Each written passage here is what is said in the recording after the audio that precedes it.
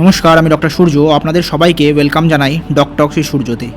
আজকের ভিডিওটি প্রত্যেক বাবা মা, অভিভাবক এবং কিশোরী মেয়েদের জন্য অত্যন্ত গুরুত্বপূর্ণ, কারণ পশ্চিমবঙ্গ সরকার বিনামূল্যে এইচপিভি ভ্যাকসিন দেওয়া শুরু করেছে।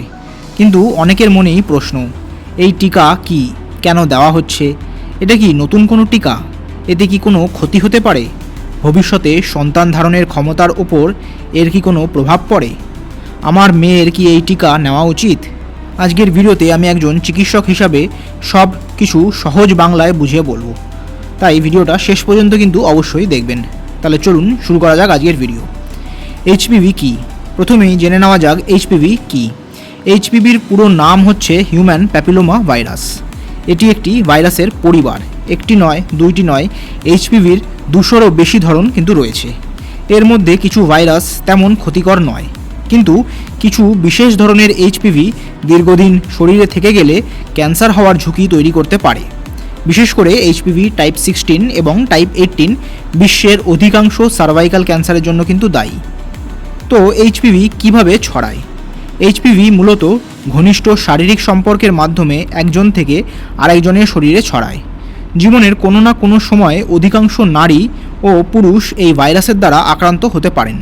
তবে ভয়ের বিষয় হচ্ছে, সংক্রমণ হলেও অনেক সময় কোনো লক্ষণ কিন্তু থাকে না, অর্থাৎ একজন মানুষ নিজেই বুঝতে পারেন না যে তিনি এইচপিভির দ্বারা আক্রান্ত হয়েছেন। এইচপিভি হলে কি সবার ক্যান্সার হয়? না, এটা খুবই গুরুত্বপূর্ণ বিষয়। এইচপিভি সংক্রমণ মানেই কিন্তু ক্যান্সার নয়। বেশিরভাগ মানুষের শরীরের রোগ প্রতিরোধ করার যে ক্ষমতা, সেটা 1-2 বছরের মধ্যেই ভাইরাসটাকে নিজে থেকে কিন্তু দূরে করে দেয়। কিন্তু কিছু মানুষের শরীরে এই ভাইরাসটা অনেক বছর থেকে যেতে পারে, আর তার ফলে ধীরে ধীরে জরায়ু মুখের কোষে পরিবর্তন শুরু হয়। এই পরিবর্তন বহু বছর পরে সার্ভাইকাল ক্যান্সারে পরিণতি হতে পারে। তাই এইচপিভি সংক্রমণ প্রতিরোধ করাই সবচেয়ে বড় লক্ষ্য। এরপর আসি, সার্ভাইকাল ক্যান্সার কি।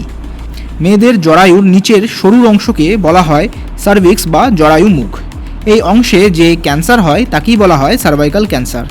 এটি মহিলাদের অন্যতম সাধারণ ক্যান্সার, কিন্তু সবচেয়ে ভালো খবর হলো এটি এমন একটা ক্যান্সার যা অনেক ক্ষেত্রেই ভ্যাকসিন এবং নিয়মিত স্ক্রিনিংয়ের মাধ্যমে প্রতিরোধ করা সম্ভব। তো এইচপিভি ভ্যাকসিন কি?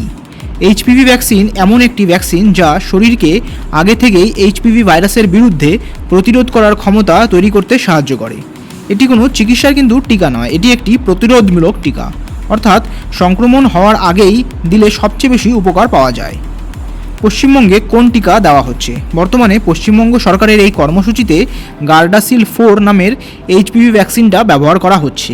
এটি কোয়াড্রিভ্যালেন্ট ভ্যাকসিন, অর্থাৎ এইচপিভির 4টি গুরুত্বপূর্ণ টাইপের বিরুদ্ধে সুরক্ষা দেয়: টাইপ 6, 11, 16 এবং 18। এর মধ্যে টাইপ 16 আর 18 অধিকাংশ সার্ভাইকাল ক্যান্সারের জন্য কিন্তু দায়ী, আর টাইপ 6 এবং 11 মূলত জেনিটাল ওয়ার্ডস প্রতিরোধ করতে সাহায্য করে। এই টিকা কতটা কার্যকর? অনেকেই ভাবে যে একটা টিকা নিলেই কি ক্যান্সার হবে না, এভাবে কিন্তু বলা ঠিক নয়। তবে গবেষণায় দেখা গেছে যে এইচপিভি টাইপগুলোর বিরুদ্ধে এই টিকা তৈরি করা হয়েছে, তাদের সংক্রমণ প্রতিরোধে এটি অত্যন্ত কার্যকর। ফলে ভবিষ্যতে সার্ভাইকাল ক্যান্সার হওয়ার ঝুঁকিটা উল্লেখযোগ্যভাবে কিন্তু কমে যায়। পশ্চিমবঙ্গ সরকারের কর্মসূচিতে কারা টিকা পাবে? বর্তমানে এই কর্মসূচিতে টিকা দেওয়া হচ্ছে যাদের 14 বছর বয়স পূর্ণ হয়েছে কিন্তু এখনও 15 বছর হয়নি। এই বয়সে টিকা দিলে শরীরে সবচেয়ে ভালো প্রতিরোধ ক্ষমতা তৈরি হয়।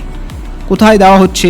এই টিকা পাওয়া যাচ্ছে সরকারি মেডিকেল কলেজ, জেলা হাসপাতাল, মহকুমা হাসপাতাল, ব্লক প্রাইমারি হেলথ সেন্টার সহ মোট 881টি সরকারি স্বাস্থ্যকেন্দ্রে। কত ডোজ নিতে হবে? এই বিশেষ সরকারি কর্মসূচিতে যোগ্য কিশোরীদের একটিমাত্র ডোজ বিনামূল্যে কিন্তু দেওয়া হচ্ছে। টিকা নেওয়ার আগে কিছু লাগে? এই টিকা সম্পূর্ণ স্বেচ্ছাসেবী, বাবা মা বা আইনগত অভিভাবকের সম্মতি লাগে, কেউ জোর করে এই টিকা দিতে পারবেন না। তো এরপর আসি, এই টিকা কি নিরাপদ? এটা সবচেয়ে বেশি করা প্রশ্ন। উত্তর হচ্ছে হ্যাঁ। এইচপিভি ভ্যাকসিন বিশ্বের বহু দেশে বহু বছর ধরে কিন্তু ব্যবহার হচ্ছে। লক্ষ লক্ষ মানুষ এই টিকা নিয়েছেন। বিশ্ব স্বাস্থ্য সংস্থা অর্থাৎ WHO এবং বিভিন্ন আন্তর্জাতিক স্বাস্থ্য সংস্থা এই টিকাকে নিরাপদ বলে মনে করে। এরপর আসি, কী কী পার্শ্ব প্রতিক্রিয়া হতে পারে। অধিকাংশ ক্ষেত্রে খুব সাধারণ সমস্যা দেখা যায়, যেমন ধরুন ইঞ্জেকশনের সাইটে একটা ব্যথা বা হালকা ফোলা, লালচে হওয়া, হালকা জ্বর, মাথা ব্যথা, শরীরে ব্যথা, ক্লান্তি। এসব সাধারণত 1 থেকে 2 দিনের মধ্যে কিন্তু ভালো হয়ে যায়। অত্যন্ত বিরল ক্ষেত্রে তীব্র অ্যালার্জি হতে পারে, তাই টিকা নেওয়ার পর কিছুক্ষণ স্বাস্থ্যকেন্দ্রে অপেক্ষা করতে হয়। এই টিকা কি ইনফার্টিলিটি সৃষ্টি করে? একবারেই নয়। এটি নিয়ে সোশ্যাল মিডিয়ায় অনেক ভুল তথ্যও কিন্তু ছড়ানো হচ্ছে। এখন পর্যন্ত ভালো মানের কোনো বৈজ্ঞানিক গবেষণায় এইচপিভি ভ্যাকসিনের কারণে ইনফার্টিলিটি এমন হয়েছে প্রমাণ কিন্তু পাওয়া যায়নি। এই টিকা নিলে কি ভবিষ্যতে প্যাপ টেস্ট লাগে না? না, এইচপিভি ভ্যাকসিন নেওয়া খুব গুরুত্বপূর্ণ, কিন্তু বড় হওয়ার পরে চিকিৎসকের পরামর্শ অনুযায়ী সার্ভাইকাল ক্যান্সার স্ক্রিনিং বা প্যাপ টেস্ট করানো সমান গুরুত্বপূর্ণ, কারণ এই টিকা সব ধরনের এইচপিভি থেকে কিন্তু সুরক্ষা দেয় না। কারা টিকা নেওয়ার আগে চিকিৎসকের সঙ্গে কথা বলবেন? যদি ধরুন আগের কোনো এইচপিভি ভ্যাকসিনে গুরুতর অ্যালার্জি হয়েছে বা টিকা নেওয়ার দিন খুব বেশি জ্বর হচ্ছে বা গুরুতর একটা অসুস্থতা ছিল, তাহলে আগে চিকিৎসকের সঙ্গে একবার পরামর্শ করে নেবেন। তাহলে আমি প্রত্যেক বাবা মাকে একটি কথাই বলতে চাই যে আজ যে ছোট্ট একটি টিকা নেওয়া হচ্ছে সেটি হয়তো ভবিষ্যতে আপনার মেয়েকে একটি মারাত্মক ক্যান্সারের ঝুঁকি থেকে কিন্তু রক্ষা করতে পারে। তাই গুজব নয়, বিজ্ঞানের ওপর বিশ্বাস রাখুন। যদি আপনার মেয়ের বয়স সরকারি কর্মসূচির নির্ধারিত সীমার মধ্যে থাকে, তাহলে নিকটবর্তী সরকারি স্বাস্থ্যকেন্দ্রে যোগাযোগ করুন এবং বিস্তারিত তথ্য জেনে টিকা নেওয়ার বিশেষ সিদ্ধান্ত কিন্তু নিন। ভিডিওটা যদি আপনাদের ভালো লাগে তাহলে অবশ্যই একটি লাইক করবেন, কারণ এই তথ্যটা যত বেশি মানুষের কাছে পৌঁছাবে তত বেশি কিশোরী ভবিষ্যতে সার্ভাইকাল ক্যান্সারের ঝুঁকি থেকে সুরক্ষা পেতে পারে। তাহলে ভিডিওটা আপনার বন্ধু ও পরিবারের সাথে শেয়ার করবেন। আর স্বাস্থ্য সম্পর্কিত আরও এরকম ভিডিও পেতে সাবস্ক্রাইব করুন আমার চ্যানেল ডক্টর সূর্যকে। আমি ডক্টর সূর্য আজ এখানেই শেষ করছি। সবাই ভালো থাকবেন, সুস্থ থাকবেন, ধন্যবাদ।